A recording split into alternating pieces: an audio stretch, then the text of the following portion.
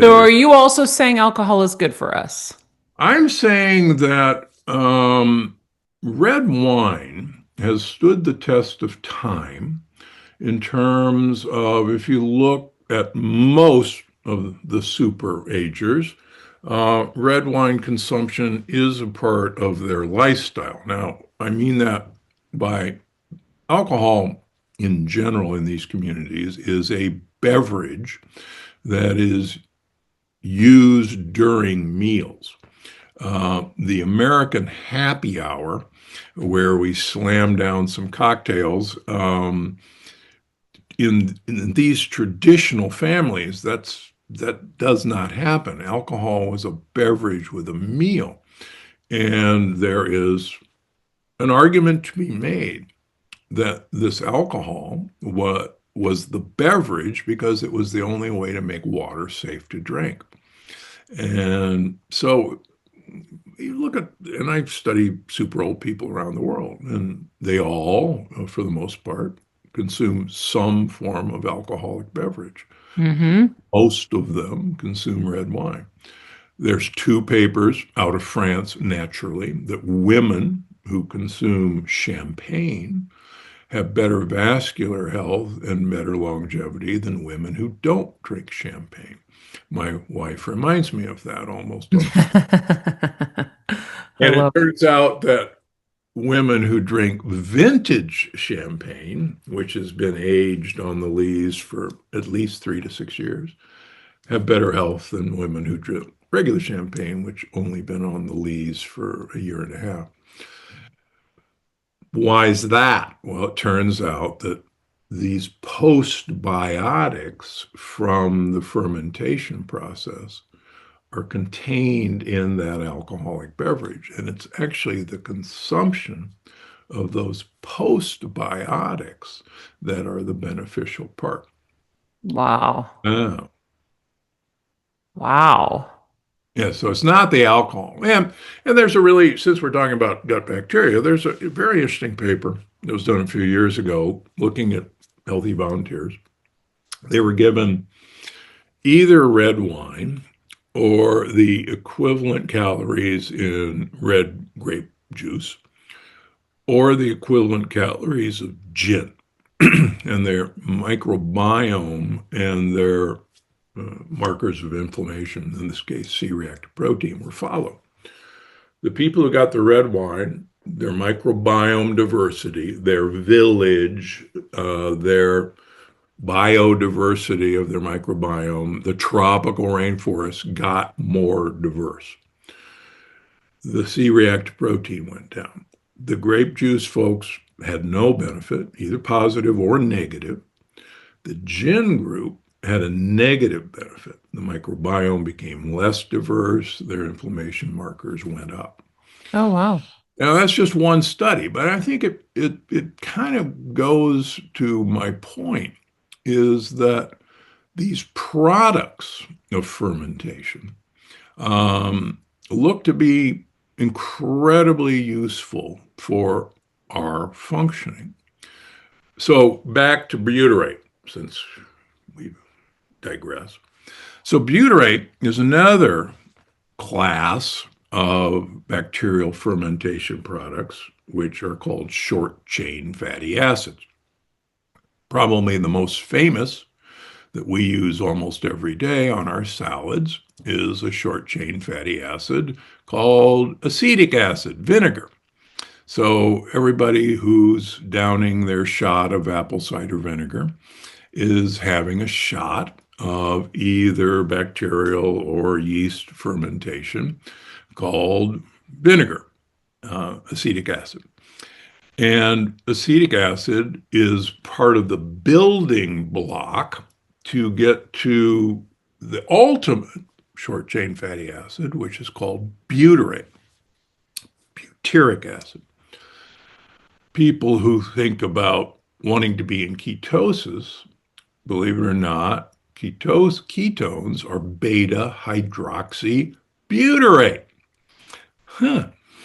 Now, what's so cool about butyrate? Butyrate is one of the best anti-cancer agents ever known to mankind butyrate is one of the best fuel sources for mitochondria. And I've written 2 books about it. Butyrate is one of the best ways to uncouple your mitochondria, and we won't go down that road because we'd spend the next day talking about that. But So how can we get butyrate into our systems? Apple cider vinegar.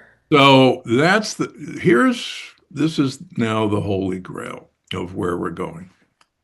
Let me finish with one more thing. The cells that line your colon, everybody I hope knows, is only 1 cell thick. And those cells that line your colon, where most of our bacteria live, most of our microbiome is in our colon. Those cells, 80% of their nourishment comes from butyrate. They don't care about blood. They don't care about oxygen. They don't care about anything but get me some butyrate. And if they don't get butyrate, they get really wonky and weird looking, and they start growing funny. And there's a very strong correlation to the amount of butyrate that you produce and whether or not you're going to get colon cancer. And Wow. fun fact, anybody notice that there are now 30-year-olds developing colon cancer? And the answer, folks, is not to get your colonoscopy at age 30. The answer is to produce butyrate and feed your colon cells what they require to, live. And if they don't get that, they get hangry and they start getting really weird. So butyrate. Now, can you swallow butyrate? Well, you can, but unfortunately, it doesn't get down to the colon where it's needed. It's basically broken down, and there's a lot of butyrate on the market. Doesn't work. And I'm not shamelessly promoting, when I created BioComplete 3, which is still our #1 product, we found a way to nano encapsulate butyrate so that it could be delivered to the colon where it belongs. And so BioComplete 3 is probiotics, prebiotics, and the postbiotic butyrate.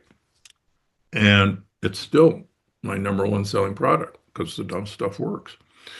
So you got to get butyrate where it goes. Now, you can swallow butyrate and in that form, and that's a good thing. But one of the things we've learned now, thanks to the Human Microbiome Project, is that there are certain bacteria that are capable of making butyrate.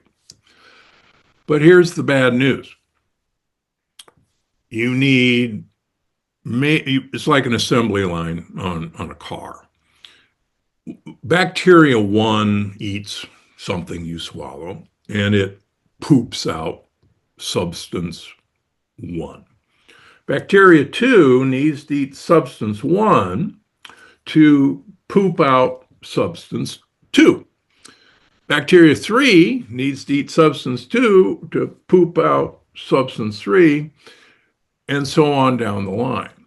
And there's, we think, probably 5 bacteria that need the product of some other bacteria to make the finished product, which is butyrate.